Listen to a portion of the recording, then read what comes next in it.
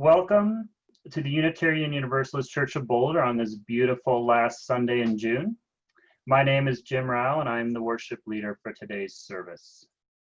Today is a special abbreviated service, and at 11 a.m. we will begin streaming the Unitarian Universalist Association's General Assembly Sunday worship. We encourage you to stay connected to this Zoom meeting, and we'll stream that service through this meeting.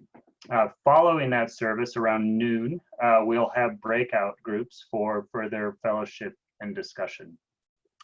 Among the many wonderful speakers, you will get to hear the UUA virtual choir that we saw and listened to in the welcoming music. We welcome all to the Unitarian Universalist Church of Boulder. If you are a new visitor, please email our Congregational Life Director, Beth Elliott, and let us know you found us. You'll find her email in the chat on this Zoom meeting. Our church website also has a great deal of information about the church and activities, and be sure to check out our new blog, Touchpoint, that's linked to on the website. Now, if you're wondering what the Unitarian Universalist Association, which we often just call the UUA, and this General Assembly, which is also very often abbreviated GA, is all about. GA is the annual meeting of our Unitarian Universalist Association, which is the central organization for Unitarian Universalist religious movement in the US. At the General Assembly, participants worship, witness, learn, connect, and make policy for the association through a democratic process. This year, it was conducted as a 100% virtual event and had a record registered attendance. The theme this year is Rooted, Inspired, and Ready. As I mentioned, that worship service will begin at 11 and is the culmination of this year's GA event. Now, please mute your microphones if you haven't and join us for our worship.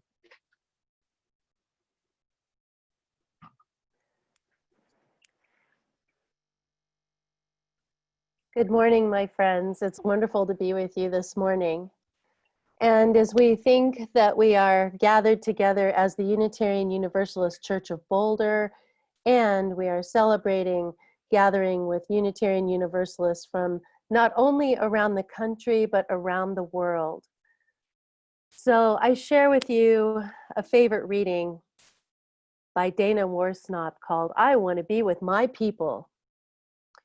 Often people say that they love coming to a place with so many like-minded people.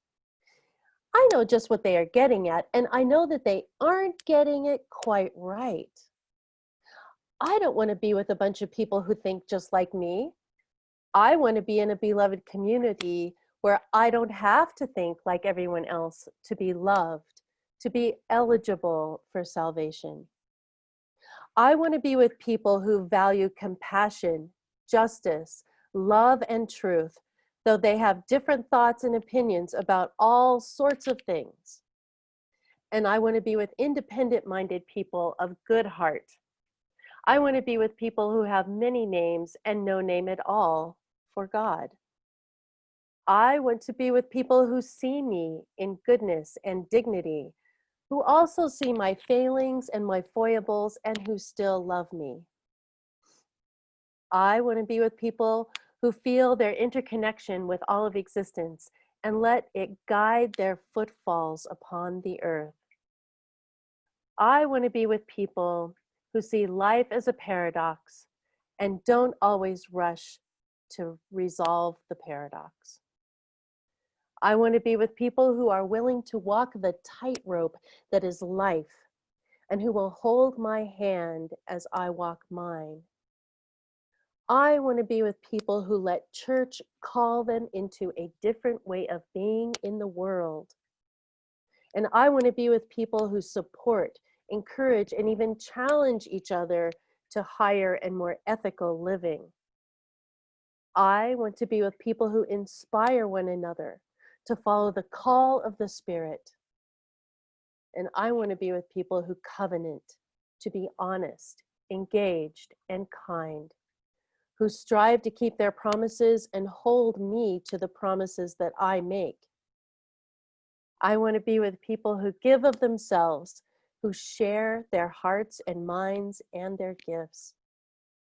And I want to be with people who know that human community is often warm and generous, sometimes challenging, and almost always a grand adventure. In short, I want to be with people like you.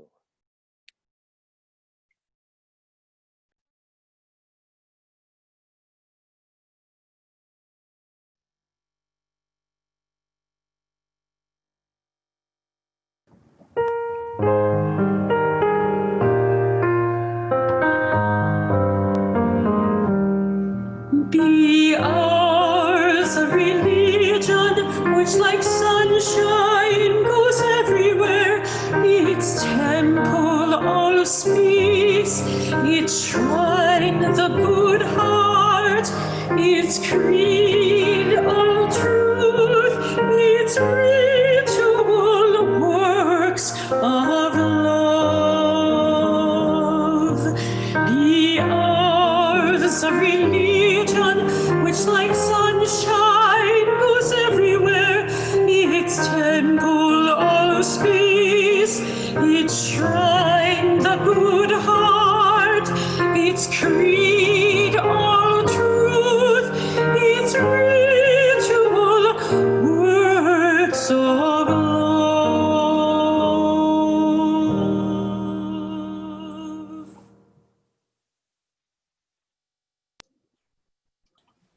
If you have a personal chalice or candle near your computer, get ready to light it as we hear our chalice lighter speak. We invite you to type into the chat box where your chalice is lit, the street, the neighborhood, or what city if you are joining us from outside of Boulder County. It is my honor to introduce our chalice lighters today, Fred Cole and Barb Richards. Are we unmuted?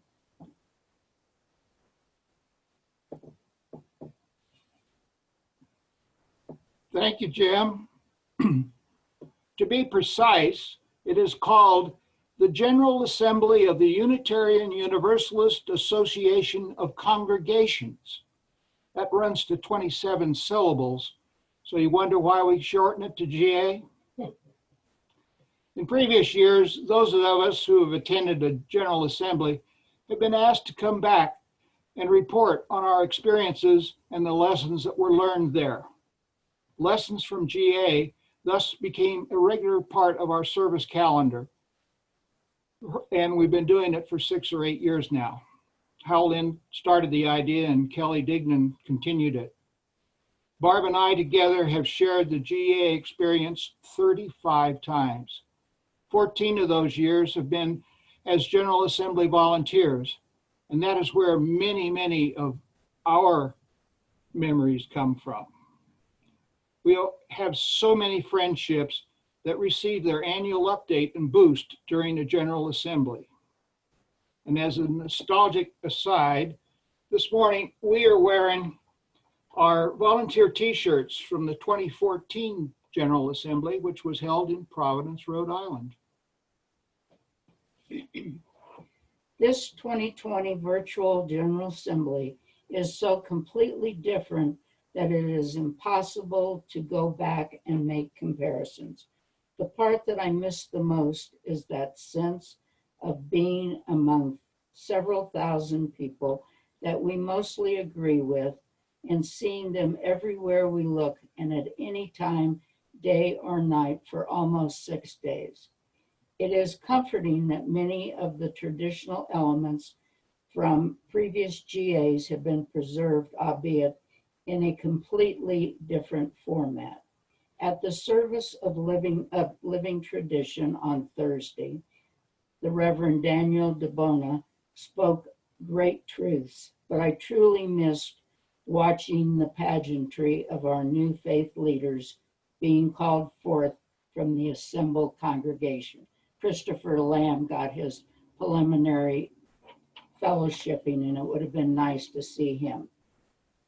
Last night's Ware lecture by author and educator Naomi Klein offered some interesting insights about where our country might go as we enter into a post-COVID economy and environment. Sunday morning worship is the usually last assembly event, and it is always open for the local community. It's always been one of my favorites. The words are always inspiring, and the music is always beautiful. Please stay with us as we enjoy this wonderful experience. Join us now as we light our chalice together, together in strength, together in community, together in love.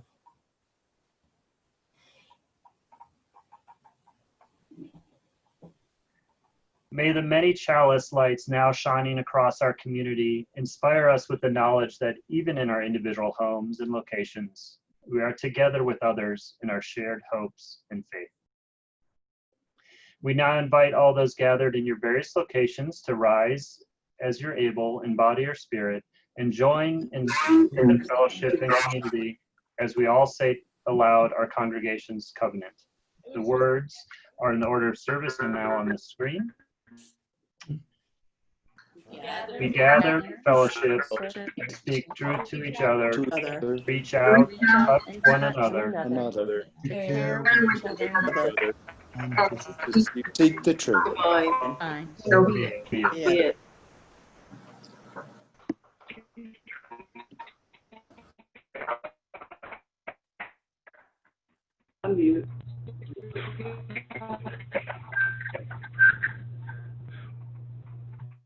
All right, as we're muting ourselves, it's wonderful to hear your voices, my friends. And now I invite us into a sacred time when we come together as our beloved community to hold one another with love, witnessing and sharing in the blessings, joys, the challenges, and the heartbreaks. If you have something on your heart or mind and you'd like to share it with us, your community, type a word or two about it in the chat box, please. You could just type the word blessing, joy, concern, or sorrow, or whatever fits. But if your blessing or concern involves another person or other people, feel free to share their names and relations. And may this symbolic sharing lessen the weight of our concerns and amplify the impact of our blessings as we hold each other with love. Thank you.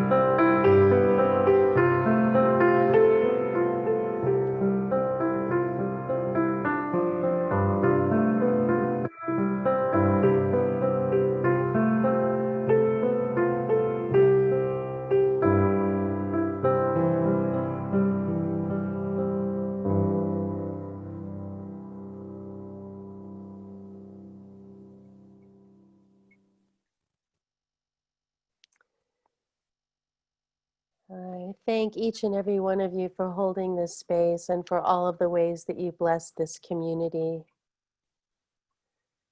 And now I invite us to settle into a space of meditation, quiet space as we turn inward for a few moments, as we listen to the bell.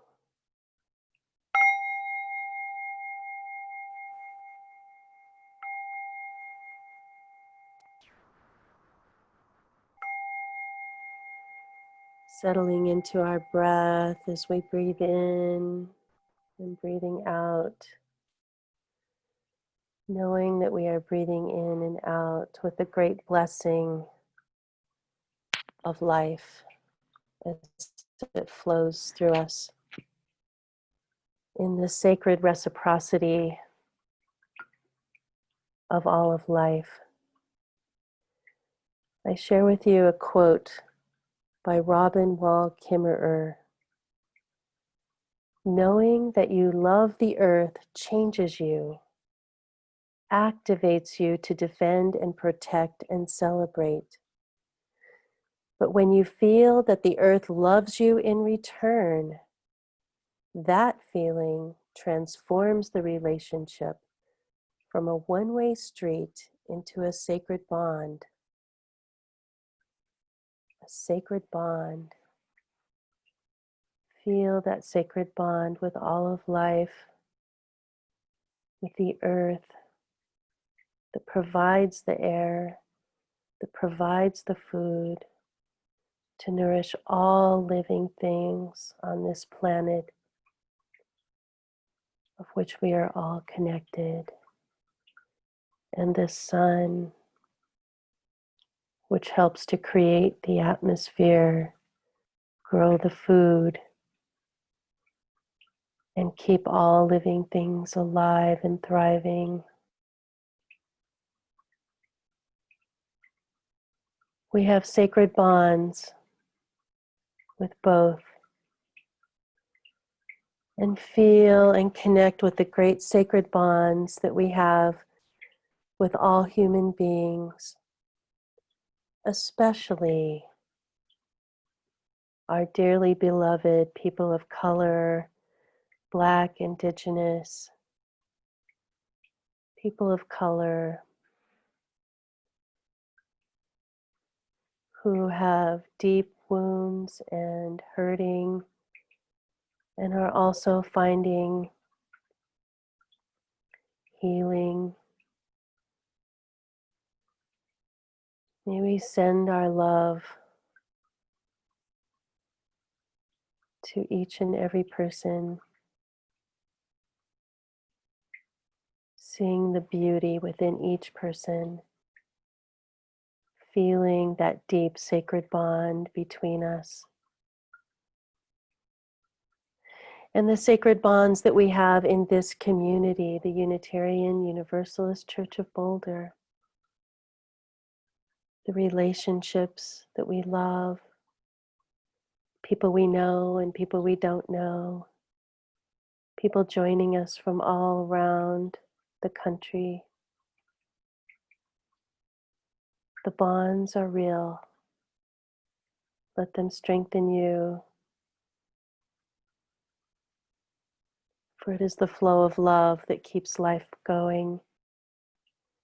And feel that great bond with the Unitarian Universalist Association and Unitarian Universalists all around the world, with whom we are about to join in worship. Thinking of our friends in Prague in the Czech Republic, the Reverend Dr. Peter Smoysky, who joined us a couple weeks ago. Unitarians in Japan, Unitarians in Australia, India, all across the world. Feel the sacred bond going out to all human beings. And the flow of love and the great prayer for healing,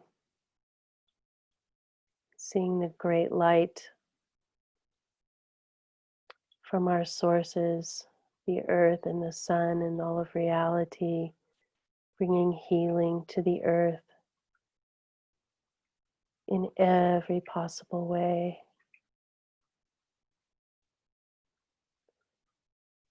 May it be so, and may it continue to be so. Holding each and every one of you with great love, now and always. Amen.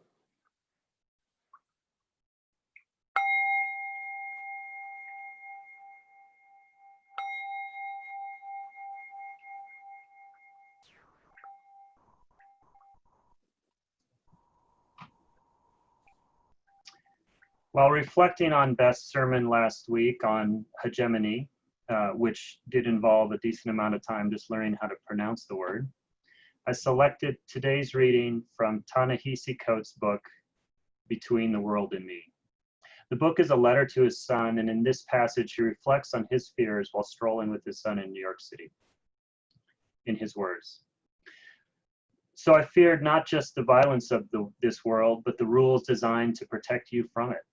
The rules that would have you contort your body to address the block, and contort again to be taken seriously by colleagues, and contort again so as not to give the police a reason.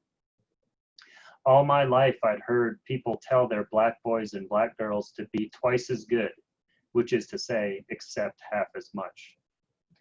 These words would be spoken with a veneer of religious nobility, as though they evidenced some unspoken quality, some undetected courage, when in fact, all they evidenced was the gun to our head and the hand in our pocket. This is how we lose our softness. This is how they steal our right to smile. No one told those little white children with their tricycles to be twice as good. I imagine their parents telling them to take twice as much. It seemed to me that our own rules redoubled plunder. It struck me that perhaps the defining feature of being drafted into the black race was the inescapable robbery of time, because the moments we spent readying the mask or readying ourselves to accept half as much could not be recovered."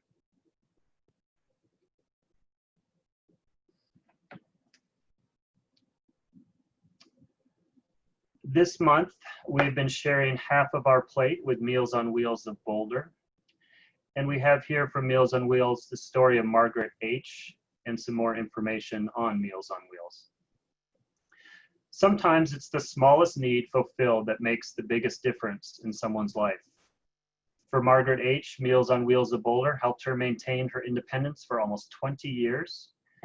When we visited her on her 95th birthday, she explained how she long ago had been a volunteer delivering out meals to those who were unable to leave their homes. She loved the work and interacting with so many people with different backgrounds.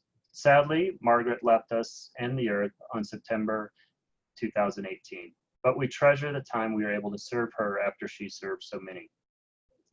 So, when is the right time to sign up for Meals on Wheels home delivery? When the ability to shop, plan, and prepare at least one meal a day becomes too difficult. When the challenges of caregiving can be eased by a little extra help, or simply when a loved one is spending all day at home alone and could use a hot meal, a friendly hello, and a caring smile. Signing up for services is a quick and easy process done over the phone. There are no age or income requirements, and the only need for help with daily meals. Fees are based on the client's self-reported income and are based on a sliding scale, and no meal costs more than $7. Meals can be delivered as often as needed, including frozen meals for the days we do not deliver. So be as generous as you can and support this important community resource. Our tradition for the service following GA is to also support the UUA's designated local offering recipient, and this year the UUA is supporting the Tamaquag Museum of Rhode Island. It's Rhode Island's only indigenous museum, dedicated to sharing the culture, arts, and history from a first-person perspective of tribal communities of southern New England. You'll hear more about it in the GA service, and a link to the donation will be posted there and is also in our chat. Thank you for your gifts of support for these two wonderful and important organizations. We'll now sing Turning Wheel by Lisa G. Littlebird. So please join as you catch the tune, or just listen if you wish. The words are on the slide and repeat.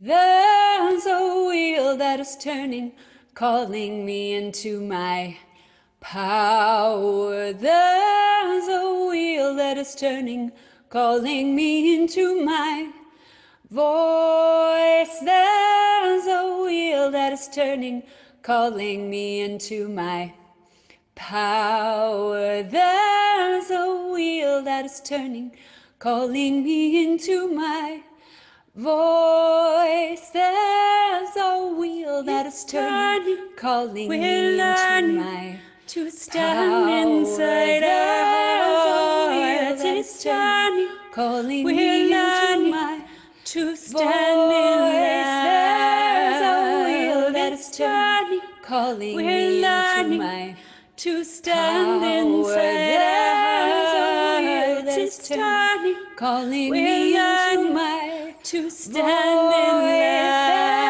a wheel calling me into my side. To stand inside. Calling me into my side. To stand inside. Calling me into my side. To stand inside. Calling me into my side. To stand inside. We're learning side.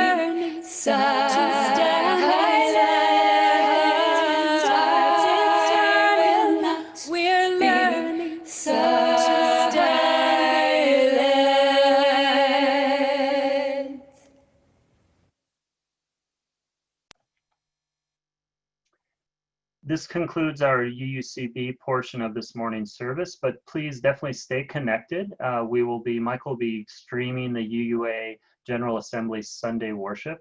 You might have a minute here to go get some coffee if you'd like. And remember, after that service, you can stay here and we'll break out into different rooms for further discussion and fellowship.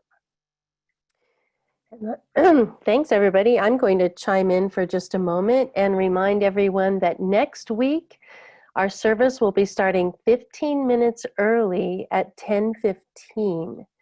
So please be ready for that. We will be joining the congregation in Las Cruces, New Mexico, and inviting their minister, the Reverend Dr. Kolani Kachala, to be our guest preacher. So the service starts at 10:15 next week. Thanks, everybody.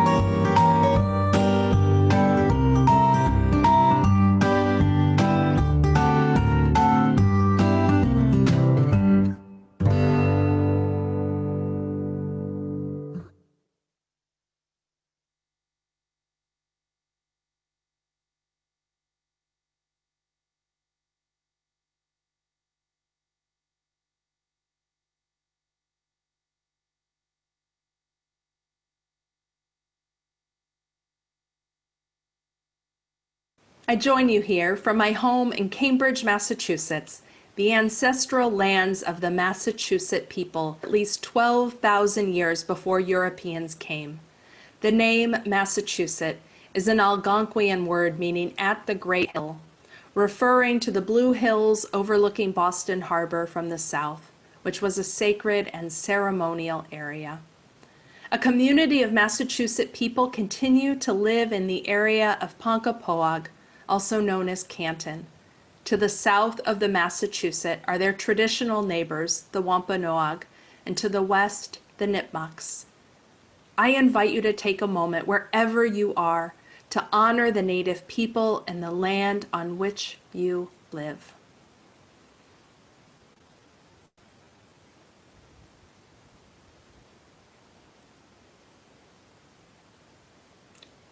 And if you don't know this history, then commit to learning it. Land acknowledgements help combat the erasure of Indigenous peoples and cultures, breaking the silence in settler communities that diminish the legacy of trauma, violence, and theft. That is the reality of colonialism experienced by Indigenous people throughout the United States and globally. And it is not just history, it's happening right now. Indigenous people are still here. Their lands are still occupied. Dear ones, I am Susan Frederick Gray, president of your Unitarian Universalist Association. Welcome Unitarian Universalists from all over the world, gathered in this sacred hour for the closing worship of the 2020 all-virtual General Assembly. Throughout this week, we have rooted ourselves in history, including the complicated history of Unitarian Universalism's complicity in colonization and conquest. We have been inspired by the vision of leaders both within and beyond our tradition, calling forth liberating practices of community, resistance, spirituality, faith, and organizing. We are inspired by the courage of resistance movements rising up today, and we are ready. Ready to act, ready to join more deeply in solidarity, to breathe more life into a faith and a world liberated from systems of colonialism and white supremacy and more deeply embodied by the values of compassion and interdependence and the practices of justice and equity. It is my great pleasure to introduce the worship team for this service, the Reverend Joan Javier Duval, minister of the Unitarian Church of Montpelier, Vermont, the Reverend Michael O'Neill Slack, community minister for worship and spiritual care for Black Lives of Unitarian Universalism, otherwise known as BLUE, and Mr. Benji Messer, music director for the Unitarian Universalist Congregation of Phoenix, Arizona. Thank you to these leaders, the choir, musicians, tech support, and all those who make today's worship possible. Now, as we enter this space together, I invite us to take a deep breath and to gently let it go.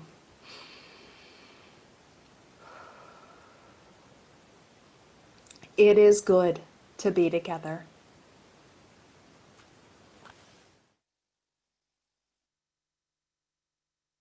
Hello, I am Reverend Joan Javier Duval. And I am Reverend Michael Slack. We are so grateful to be worshiping with you today. The elements of today's service have all been pre-recorded. Most of the spoken elements of the service were recorded just days before the killing of George Floyd in Minneapolis and the subsequent global uprising for Black lives. The movements to abolish systems of policing in favor of true community safety and care are generations old, and yet people all over this country and the world are still fighting, still making their voices, our voices, heard. We hope that the service shared with you today feels relevant and nourishing to you, even with the time lag between its original recording and your receiving it today.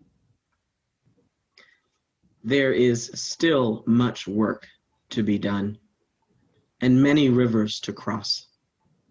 May our shared faith carry us through.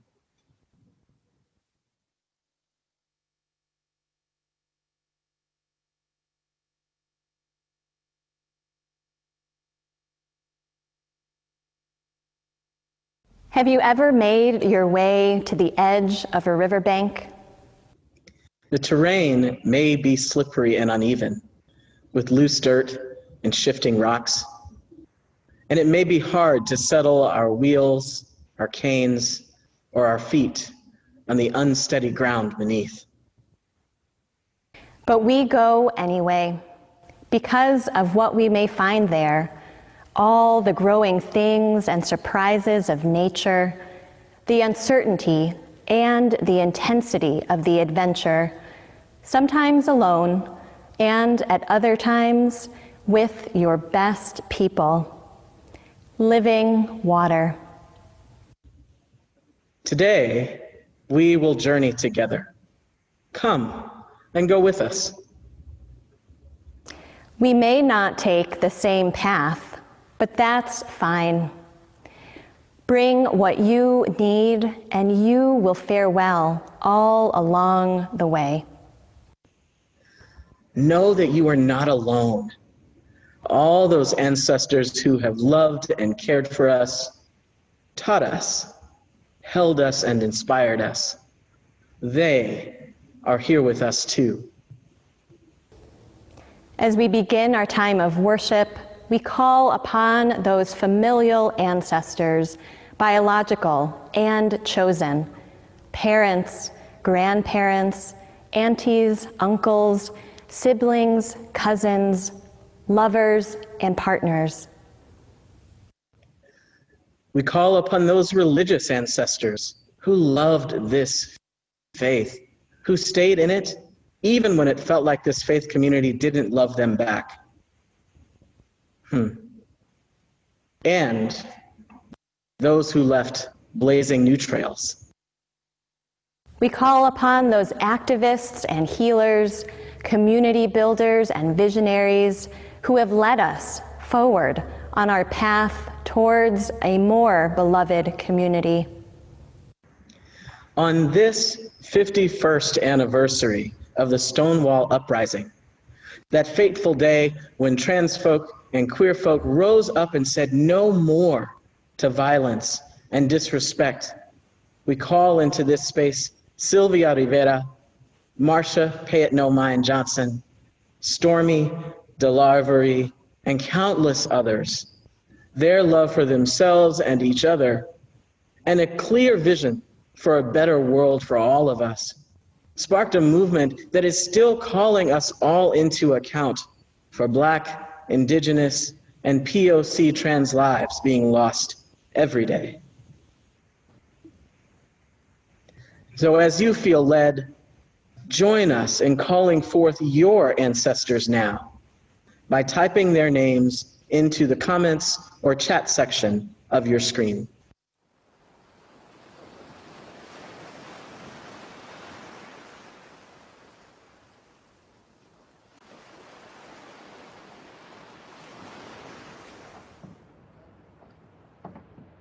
Now, having welcomed in our ancestors, honoring the love that we have for them and the love and the power they share with us, we light our chalice, an enduring symbol of Unitarian Universalism. We kindle one flame and another, across distance and geography, uniting in this sacred time. May these flames remind us of who we are and the path lit for us by those who have come before. We are all here together now. Slowly but surely, let us make our way down.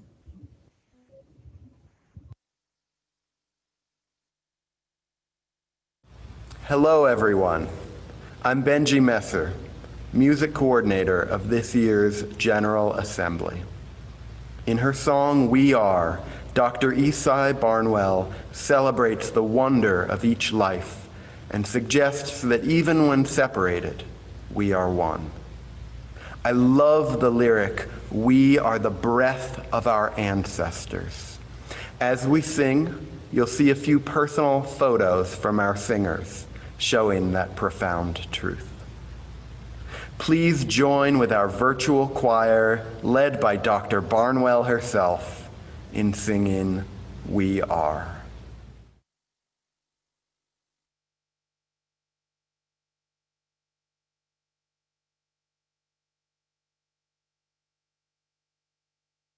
For each child that's born, a morning star rises and sings to the universe who we are. For each child that's born, a morning star rises and sings to the universe who we are. Oh, for each child that's born, a morning star rises and sings to the universe who we are. Oh, for each child that's born, a morning star rises and sings to the universe who we are. We are our grandmother's prayers, and we are our grandfather's dreamings, and we are the breath of our ancestors. We are the Spirit of God. We are mothers of courage, fathers of time, daughters of dust, and the sons of great visions. We're sisters of mercy, brothers of love, lovers of life, and the builders of nations. We're seekers of truth, keepers of faith, makers of peace, and the wisdom of ages. We are our grandmother's prayers. We are our grandfather's dreamings, and we are the breath of our ancestors. We are the Spirit of God. We are mothers of courage, fathers of time, daughters of dust, and the sons of great visions. We're sisters of mercy, brothers of love, lovers of life, and the builders of nations. We're seekers of truth and keepers of faith. We are makers of peace and the wisdom of ages. We are our grandmother's prayers. We are our grandfather's dreamings, and we are the breath of our ancestors. We are the Spirit of God. We are our grandmother's prayers, and we are our grandfather's dreamings. We are the breath of our ancestors. We are the Spirit of God. For each child that's born, a morning star rises and sings to the universe who we are. For each child that's born, a morning star rises and sings to the universe who we are. We are one.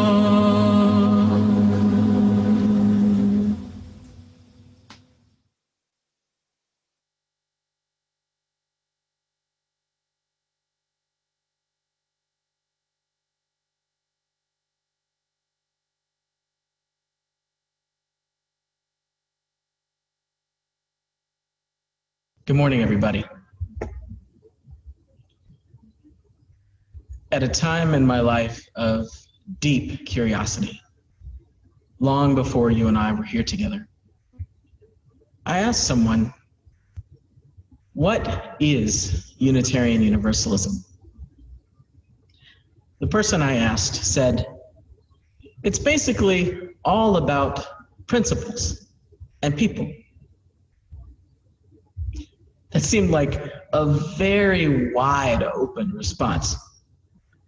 I appreciate being open, but it was almost too open to be recognizable. So I asked someone else, The next person said, "It's all about congregational polity. You know, how congregations govern themselves." At the time, I'm grateful that I understood a little bit about what that meant, but I wondered how a Unitarian Universalism whose primary function was to focus inward was supposed to speak to the people who are hungry for it, who just haven't found it yet. So I kept asking and kept asking and kept asking some more, because each of us, whether we're 8, 18, or 88, often have different answers to the same question. And I kept asking because it matters how we connect to our faith and what those connections rise up within us to share and also to live into. Many of the responses I've received over the years have either been deeply engaging or at times deeply troubling. But thankfully, ultimately, they have all drawn me closer. Along the way, of course, I started doing some of my own reading, and I came across words from Reverend Lauren Smith, the UUA's Director of Stewardship and Development. She was a parish minister at the time she wrote these words. She said, "We're all part of an unfolding personal and communal human story whose ending has not yet been determined. My job as a preacher is to plumb the wisdom of our religious traditions, including its sources, to help guide those stories in the direction of wholeness, peace, liberation, and life. The sermon brings the wisdom of our source traditions to bear on the challenges of human existence, which may relate to the personal lives of individuals, to a particular community, or to humanity as a whole. Each of us participates in life at all these levels." In her essay entitled Call and Response in the book Centering, Navigating Race, Authenticity, and Power in Ministry, Reverend Smith was reflecting on her call to ministry and the influence of place, identity, and purpose on her ability to live out that call. And it still speaks powerfully to me about the richness of, as well as some of the constraints around our varied entry points into Unitarian Universalism. My early inquiries reflected worries about my own entry points. The stories that we carry here, both personal and communal, have a deep impact on what we're drawn to here, on what offers comfort, or perhaps even challenge here, and what drives us to move or stay still here. To put it simply, we're not all in the same place socially, politically, economically, or theologically. Sometimes this presents what seems like an insurmountable struggle because the desire is so great for Unitarian Universalism to look, sound, and act the same for all of us all the time. But Unitarian Universalism is not universal.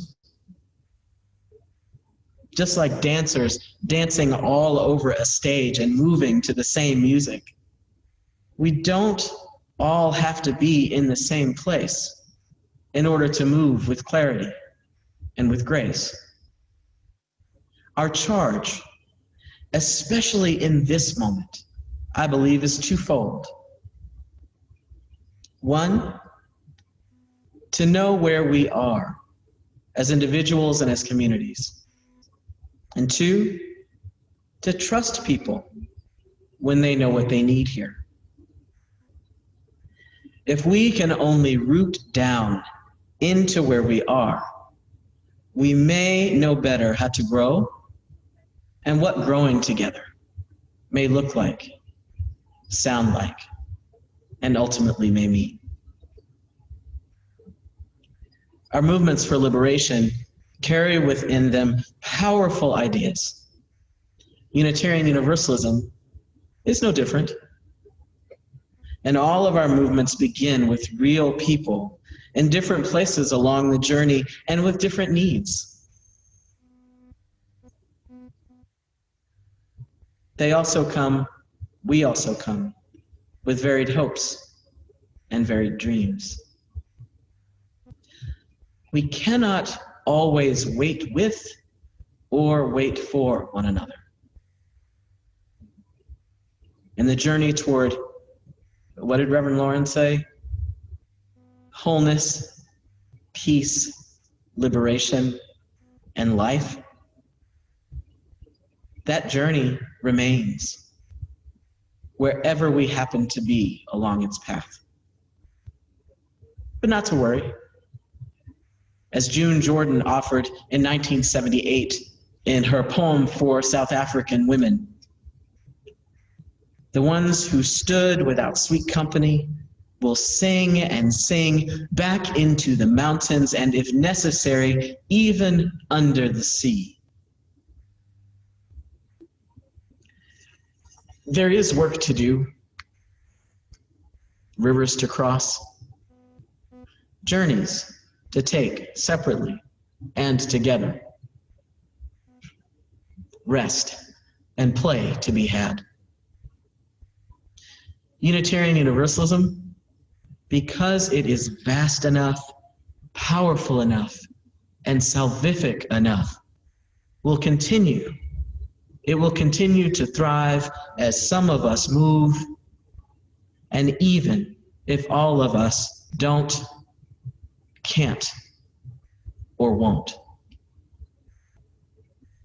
May it be so.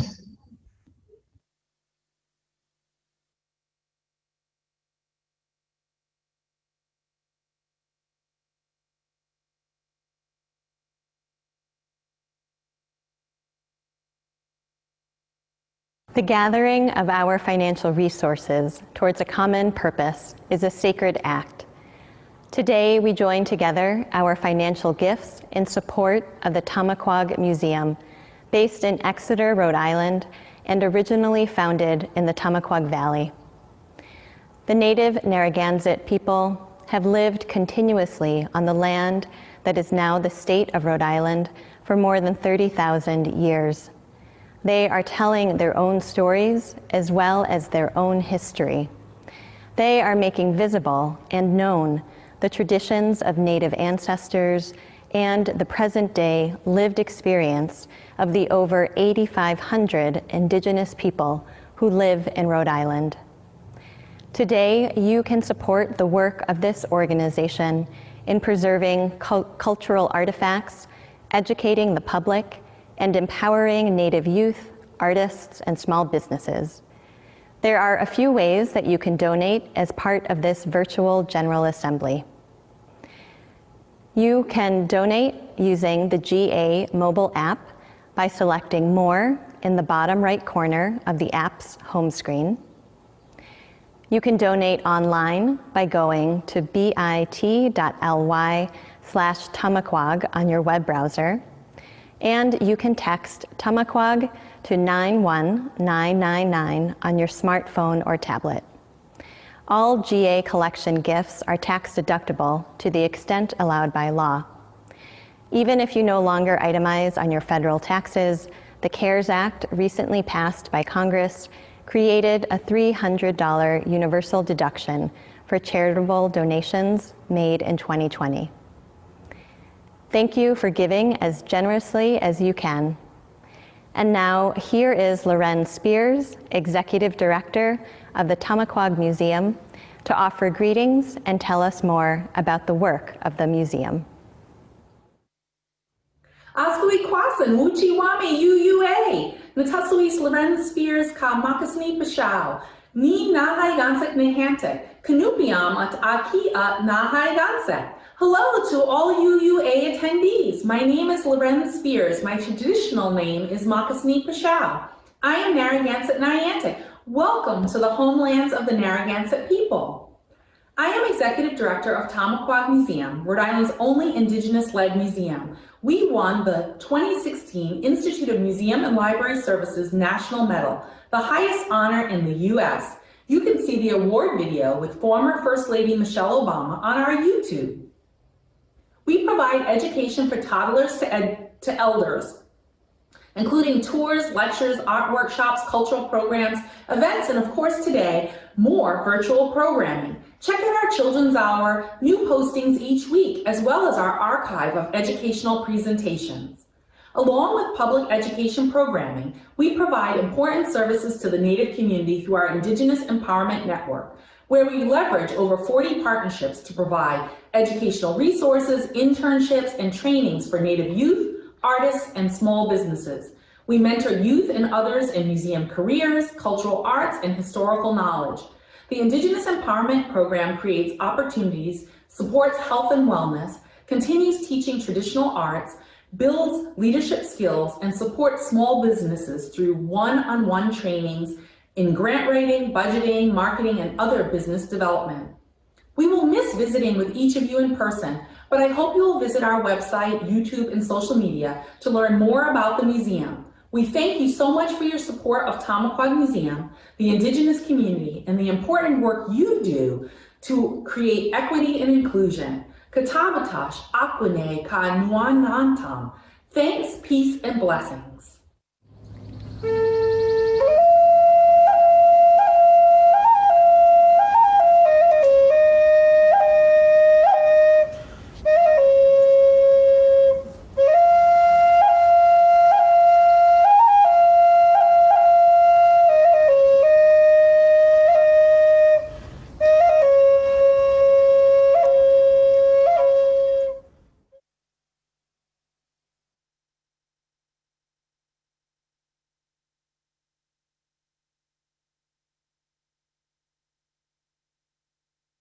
Enter into this moment, breathing deeply, calling upon all of the sources of love and light as we pause to take in the sacred in us and around us today.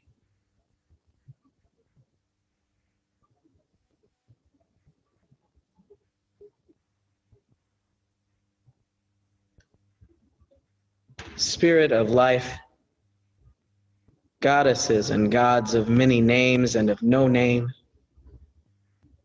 bring into deeper awareness the beating of our own hearts today. May we approach this stillness as grateful as we may be weary. Grateful for the people in our lives, in our online spaces and our neighborhoods, our cities and states, who are doing the good work of making sure we are cared for and comforted, fed and hydrated, who are making joy, healing, connection, comfort, and love possible. Grateful for the earth and the life in abundance she makes way for. Grateful for friends and family, chosen and given, who are picking up groceries and prescriptions, checking in by phone, writing letters, and going on physically distanced outings. Grateful for local officials and faith leaders who are heeding the call for more care and a commitment to the health of our communities by asking us, sometimes even requiring us, if we can, to continue to stay at home.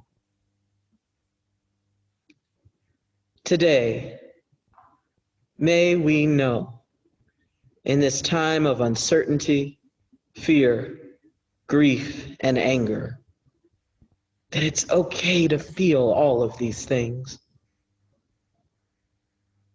Remind us, great mystery, that connection and care are the keys to our strength in times like these.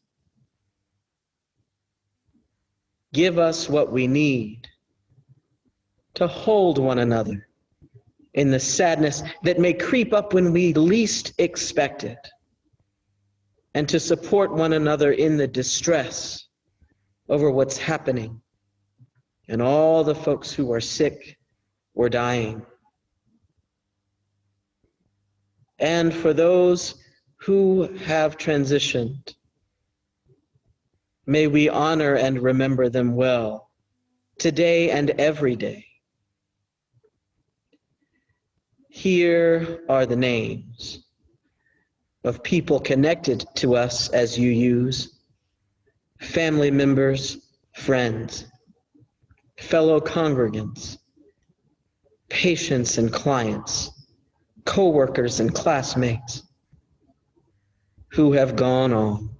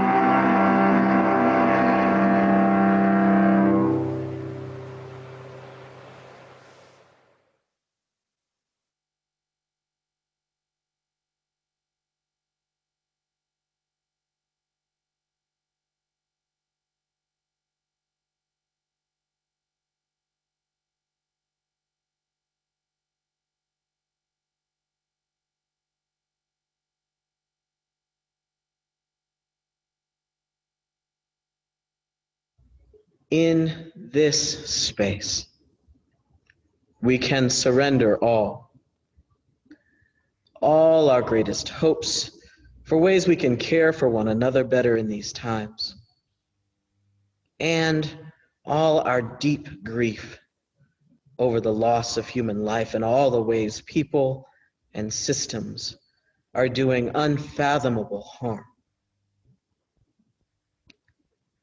We may not know how to capture the essence of our prayers right now. We may not know what happens to them, or who or what may be listening when we pray or direct our energies in all the ways we do. All that we ask today is that we be surrounded and held, both in our clarity and in our uncertainty. in our hopelessness, and in our distress. That in all these things, we are surrounded and held with love and with compassion. Amen. Ashe, and blessed be.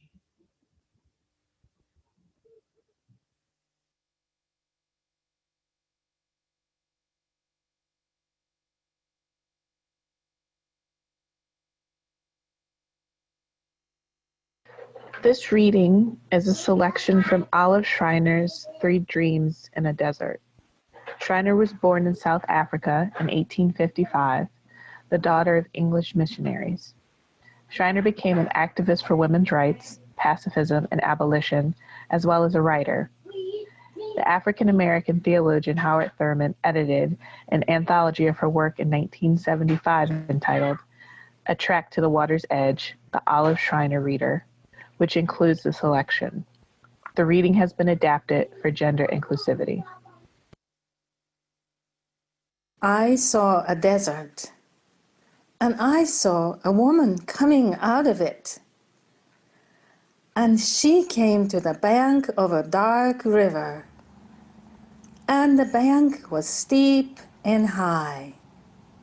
And on it an elder met her, who had a withered face, and the stick that curled was in their hand, and on it was written, Reason.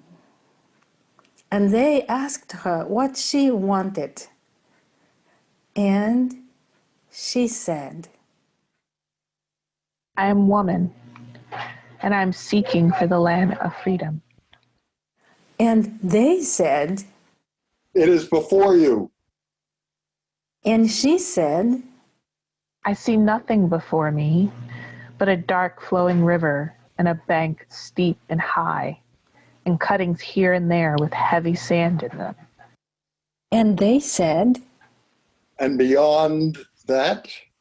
I see nothing, but sometimes when I shade my eyes with my hand, I think I see on the further bank trees and hills, and the sun shining on them. That is the land of freedom. How am I to get there? There is one way and one only, down the banks of labor, through the water of suffering. There is no other. Is there no bridge? None. Is the water deep? Deep. Is the floor worn? It is. It is. And your foot may slip at any time, and you may be lost. And she said, Have any crossed already? Some have tried. Is there a track to show where the best fording is? It has to be made. She shaded her eyes with her hand, and she said, I will go. And she stood far off on the bank of the river. And she said, For what do I go to this far land which no one has ever reached? Oh, I'm alone. I am utterly alone. And Reason, that elder, said to her, Silence! What do you hear? And she listened intently. And she said, I hear a sound of feet, and 1,000 times 10,000, and thousands of thousands, and they beat this way. They said, They are the feet of those that shall follow you. Lead on. Make a track to the water's edge. Where you stand now, the ground will be beaten flat by 10,000 times 10,000 feet. Seen the locusts, how they cross a stream, First, one comes down to the water edge and is swept away, and then another comes, and then another, and then another, and at last their bodies piled up on a bridge is built, and the rest pass over. She said, And of those that come first, some are swept away and are heard of no more. Their bodies do not even build the bridge. They are swept away and are heard no more. And what of that? And what of that? They make a track to the water's edge. They make a track to the water's edge. Over that bridge which shall be built with our bodies, who will pass? They said, All of humanity. and the woman grasped her staff. And I saw her turn down that dark path to the river. And I dreamed a dream. I dreamed I saw a land, and on the hills journeyed brave people, hand in hand. And they looked into each other's eyes, and they were not afraid. And I saw the women also hold each other's hands. And I said to him beside me, What place is this? And they said, This is heaven. And I said, Where is it?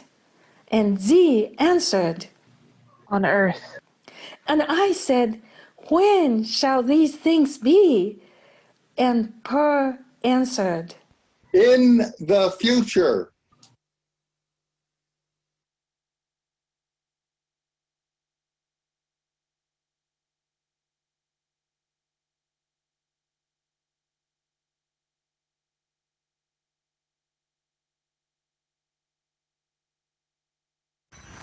There will be better days. There will be better days. There will be better days. There will be better days. There will be better days. There will be better days. There will be better days. There will be better days. Let the wave wash There will be better days. There will be better days. There will be better days. I am There will be better days. There will be better days. There will be better days. Let the wave wash There will be better days. There will be better days. There will be better days. Let the wave wash There will be better days. There will be better days. There will be better days. Let the wave wash There will be better days. There will be better days. There will be better days. I am There will be better days. There will be better days. There will be better days. Let the wave wash There will be better days. There will be better days.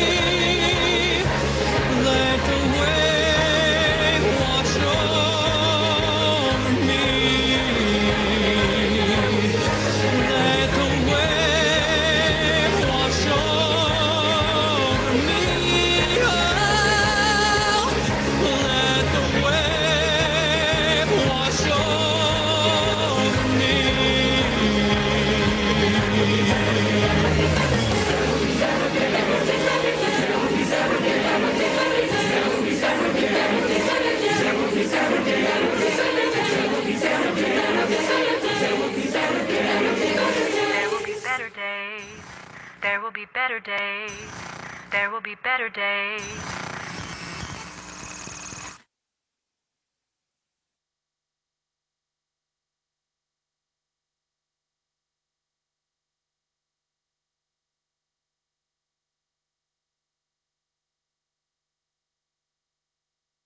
Although it is just 10¼ square miles, the smallest state capital in the country, there are at least 26 bridges in Montpelier, Vermont. Bridges speak of the water that flows beneath them, the journey into watersheds and beyond. Montpelier lies at the confluence of the flowing waters of the Dog River, the North Branch, and Winooski rivers. The Unitarian Church of Montpelier, where I serve as minister, sits on the bank of the North Branch, which begins in the town of Elmore and flows for 18 miles before joining its water with that of the Winooski. There is a bridge over the North Branch just outside our building. Winooski is an Abenaki word that means wild onion. This wild onion river flows from the town of Cabot westward for 90 miles to Lake Champlain, up to the St. Lawrence River, and eventually out to the Atlantic Ocean. Hundreds of miles from where I stand now flows the North Branch of the Chicago River, 4 blocks from the house that I grew up in on the north side of the city of Chicago. Thousands of miles from there is the bridge my father crossed in a rural village in the Philippines when he was courting my mother. The family lore goes that the bridge was impassable on the day of one of his visits, so my father had to walk carefully along a wooden plank to cross that bridge in pursuit of romance. These waterways and bridges have shaped my past and continue to shape my present. When I was asked to lead this service and General Assembly was still happening in Providence, Rhode Island, I imagined us gathered there in the convention center on the banks of the Seekonk and Providence rivers, at the confluence of the Woonasquatucket and Mashasik rivers, in a city and state of many waterways and many bridges, just a few miles from the Atlantic Ocean. I imagine some of you would be streaming in live from other places across the country and perhaps world. I imagined how important it would be to acknowledge the ground beneath us and the water whirling and flowing near us. Although we are now gathered virtually, I believe this acknowledgement is still important and still possible. So I invite you to notice where you are in this moment. Lift your eyes from the screen, shift the attention of your ears to the world around you, to the natural world just beyond your living room or dining room or kitchen or wherever you are taking in this service. To imagine a way forward together and to be on this journey together, we must first know where we are. We must know more intimately the waterways and bridges and neighbors with whom we share this present time, this pandemic time that feels like no other that's come before. We must also know where we come from, the land and waters and people who have made us who we are. Much of this General Assembly has been about rooting ourselves, getting connected with where you come from, the ancestors and history that have formed you and have formed us in this shared religious tradition. Our individual and collective ancestry is often fraught. The very origins of the Unitarian branch of our religious tree is gnarly. This year, 2020, marks the 400-year anniversary of the founding of the Plymouth Colony, the 400-year anniversary of the occupation of the Wampanoag land by the Pilgrims of England. Those of us who claim Unitarian Universalism as part of our roots must grapple with this part of our past, which laid a foundation for the construction of this religious tradition. That grappling is part of the journey. Olive Schreiner, whose words Asia, Clyde, and Yuri shared with you, speaks allegorically of the journey towards freedom and liberation. The imagined journey that Schreiner describes probably sounds familiar to you. The traveler wanders alone on a difficult path. The destination is far off, and the journey there is sure to be arduous and full of suffering. The elder who encounters the woman speaks truthfully of what lies ahead for her. How many will be lost and swept away. How the bridge will be built upon the bodies that have been lost. Loss is something I know many of you have grown intimately familiar with over the last few months. Too many bodies have been lost. Bodies lost to the weariness and danger of the inescapable labor others can choose to ignore and make invisible. Bodies lost to renegade neighborhood watchmen and unchecked police officers. Bodies lost to disease ravaging lungs already weakened by microscopic but deadly particulates saturating the air above parts of the city where people of darker skin and fewer economic means reside. Bodies lost because that body doesn't fit the mold of gender normativity, or that body is deemed disabled and worth less than other bodies. Too many bodies have been lost. These lost bodies are friends and family and neighbors and lovers. They are the named and unnamed, the known and the stranger. These lost bodies are the kin with whom we join in solidarity in the movements for liberation. Liberation is costly, said Archbishop Desmond Tutu of South Africa. Liberation is costly. Schreiner writes, and of those that come first, some are swept away and are heard of no more. Their bodies do not even build the bridge, and are swept away and are heard of no more. And what of that? And what of that? They make a track to the water's edge. They make a track to the water's edge. And she said, over that bridge, which shall be built with our bodies, who will pass? They said, all of humanity. Liberation is costly, and it is compelling. We are drawn toward it for survival. We are drawn towards it for flourishing. We are drawn towards it by the bonds that we share with one another. As Unitarian Universalists, our faith compels us towards seeking collective liberation, a liberation that recognizes we are dependent on one another and upon the earth, and that the freedom of any one of us is tied to the freedom of all of us. Many of you have been fighting for liberation for longer than memory allows you to fathom. Your fight for liberation was passed down to you by the ancestors who couldn't even dream of your existence, but whose strength and perseverance you draw upon now. Some of you are new to this struggle for liberation, or at least to the idea that somehow your own liberation is connected to your neighbors. Before this pandemic, before the current administration, Unitarian Universalists were trying to make some tracks, seeking a land of freedom, a land of justice, a land of environmental wholeness, a land free from the destruction wrought by white supremacy.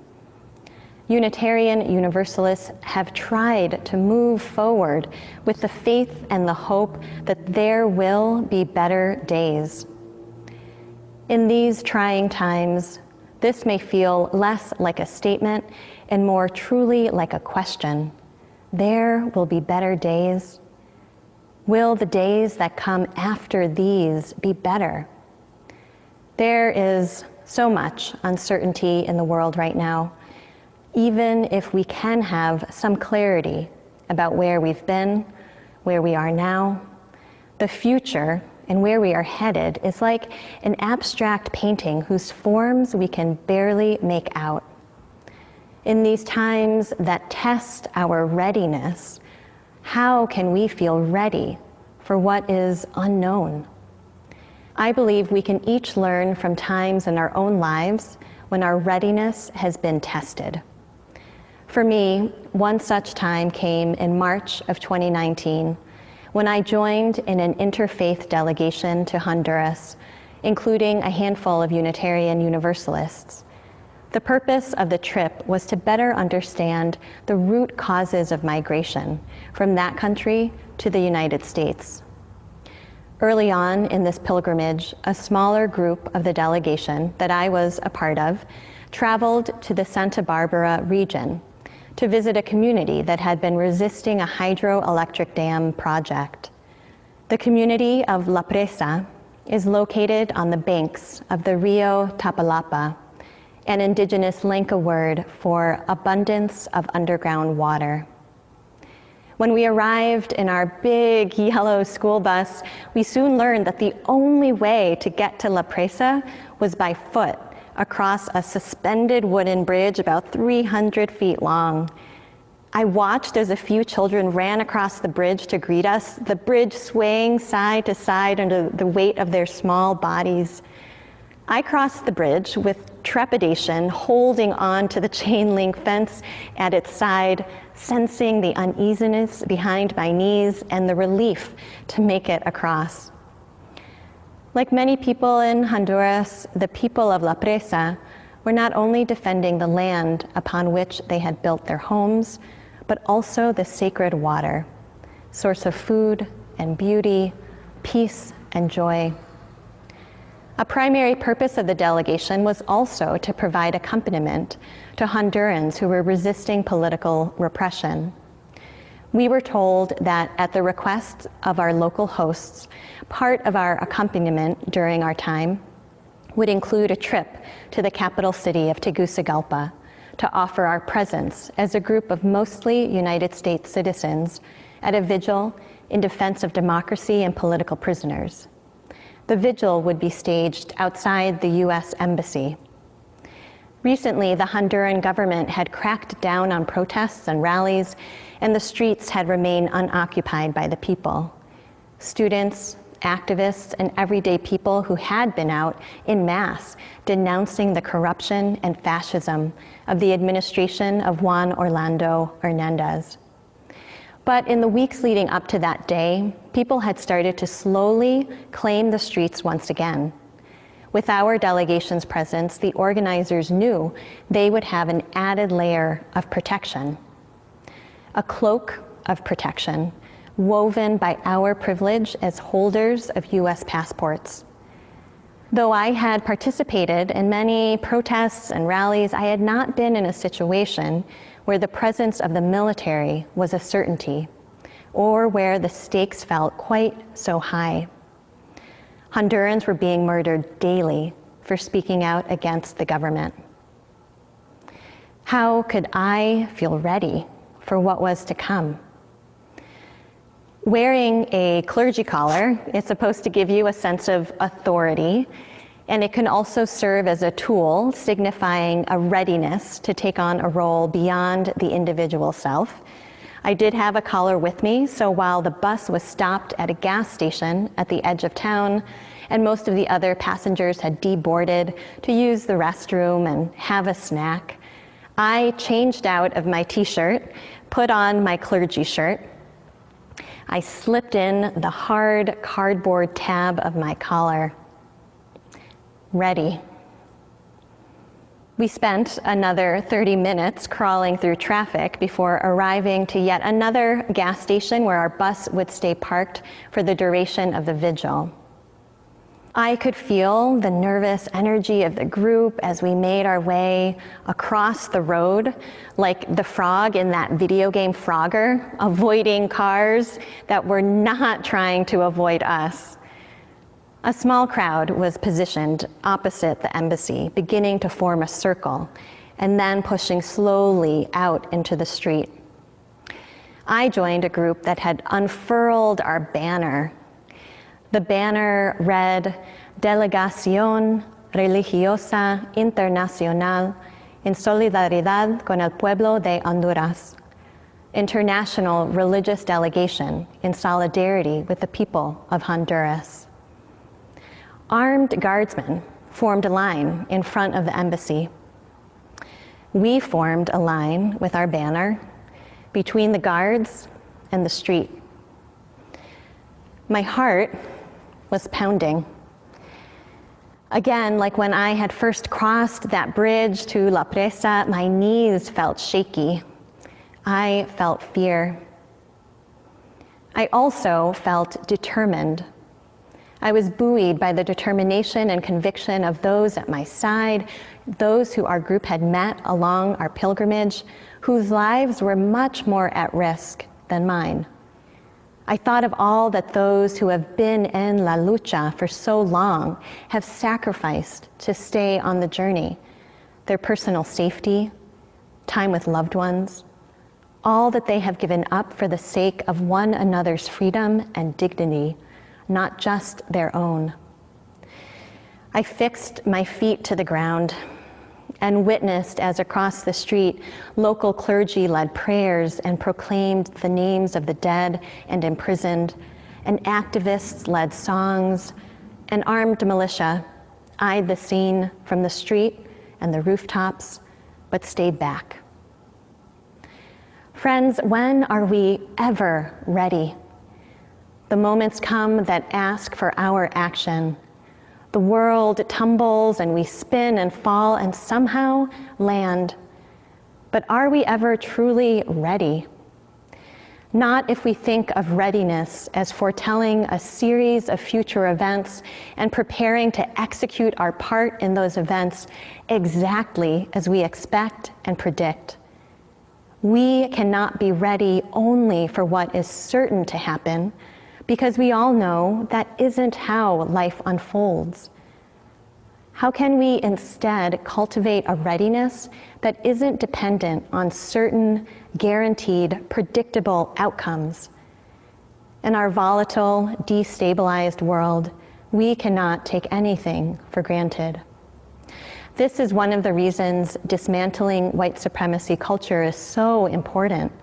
If we remain fixated on perfectionism and controlling outcomes and results, hallmarks of this culture, we create more suffering. We push people out who have grown weary of a culture that stifles risk-taking and creativity and ways of being that are raw and messy. Readiness does not mean perfection. It does not mean mistakes won't be made along the way. Readiness instead is open-hearted, willing to take risks, and willing to make sacrifices. Being spiritually ready means being willing to try and to make mistakes and to ask forgiveness.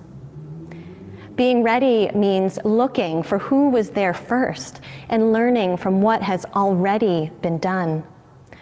For some of us, especially those whose voices have historically lived in the center of power, this means being humble and quieting down those voices. For others, being ready means trusting ourselves to take up space and making our voices louder. Being ready also means remembering that we don't do any of this alone just for the sake of our own individual survival.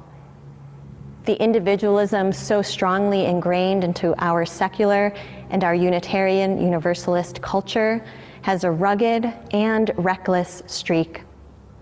When we instead embrace our interdependence, we can see that there is a sacredness in the sacrifices we make as individuals for the collective good and for collective liberation.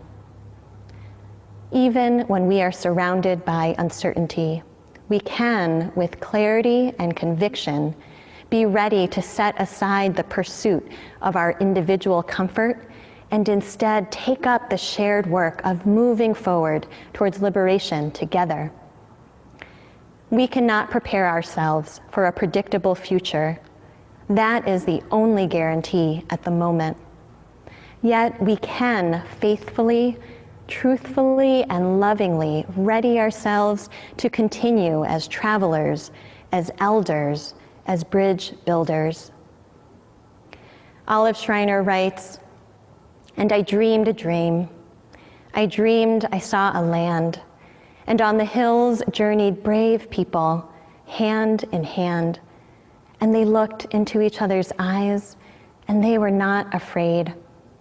And I saw the women also hold each other's hands, and I said to him beside me, 'What place is this?' And they said, 'This is heaven.' And I said, 'Where is it?' And Z answered, 'On earth.' And I said, 'When shall these things be?' And Per answered, 'In the future.' The heaven that we dream of can be, must be here on earth. And we're not just waiting for it to arrive in some distant future. In this present moment, we are part of creating that heaven on earth, the land of freedom that so many, too many, have lost their lives in the process of seeking out. To cross that bridge to the land of freedom, we each have to dig in deeper to where we are right now. The coronavirus pandemic is forcing us to stay put, to stay local. So how do you build intimacy and relationship with the people and the land right where you are? Can you tune into the heartbeat of the earth and the heartbeat of your human neighbors and hear your own heartbeat right alongside? Can you feel the wave upon wave of grief and sorrow and also determination and take one more breath and then the next? In this corner of the world where I live and serve, folks in my congregation and the broader community have been making tracks to the water's edge. Some cautiously eyeing that bridge, some charging towards it with urgency, creating the world as we know it can be. They have joined in creating and sustaining mutual aid networks. They have set up face mask making operations in their own homes. They make calls to voters all around the country. They have organized car protests in front of ICE offices to free them all. And I know that wherever you are, there are people digging in deep, holding fast to the belief that, in the words of Reverend Teresa Soto, all of us need all of us to make it. The way ahead is not like any of us could have imagined a year ago or 6 months ago, let alone 3 months ago. Our creativity and our will is being tested and stretched. Not all of us are going to do this work the same way. And there are many roles to play in our movements towards collective liberation. We make tracks, sometimes taking different paths, with a longing that burns brightly in our hearts for those better days. However you engage in the necessary and faithful work of making those tracks and crossing over that bridge, let it be real and concrete. Let it be a manifestation of your love. Let it be persistent and insistent.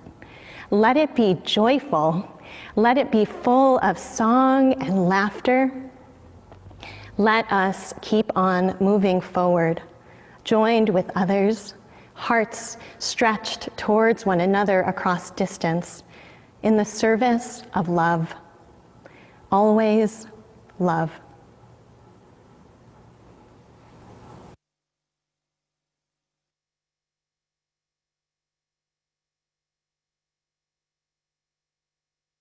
Gonna keep on moving forward. Keep on moving forward. Keep on moving forward. Never turning back. never turning back. Sigamos adelante, siempre adelante, siempre adelante, sin volver atrás, sin volver atrás. Gonna keep on loving boldly, keep on loving boldly, keep on loving boldly, never turning back, never turning back. Amaremos con pasión, siempre con pasión, siempre con pasión, sin volver atrás, sin volver atrás. Gonna reach across our borders, reach across our borders, reach across our borders, never turning back, never turning back. Vivamos sin fronteras, siempre sin fronteras, siempre sin fronteras, sin volver atrás, sin volver atrás. Gonna reunite the family, reunite the family, reunite the family, never turning back, never turning back. Familias reunidas, siempre reunidas, siempre reunidas, sin volver atrás, sin volver atrás. Gonna keep on moving forward, keep on moving forward, keep on moving forward, never turning back, never turning back, never turning back, never turning back, never turning back, never turning back. Peace. We love you.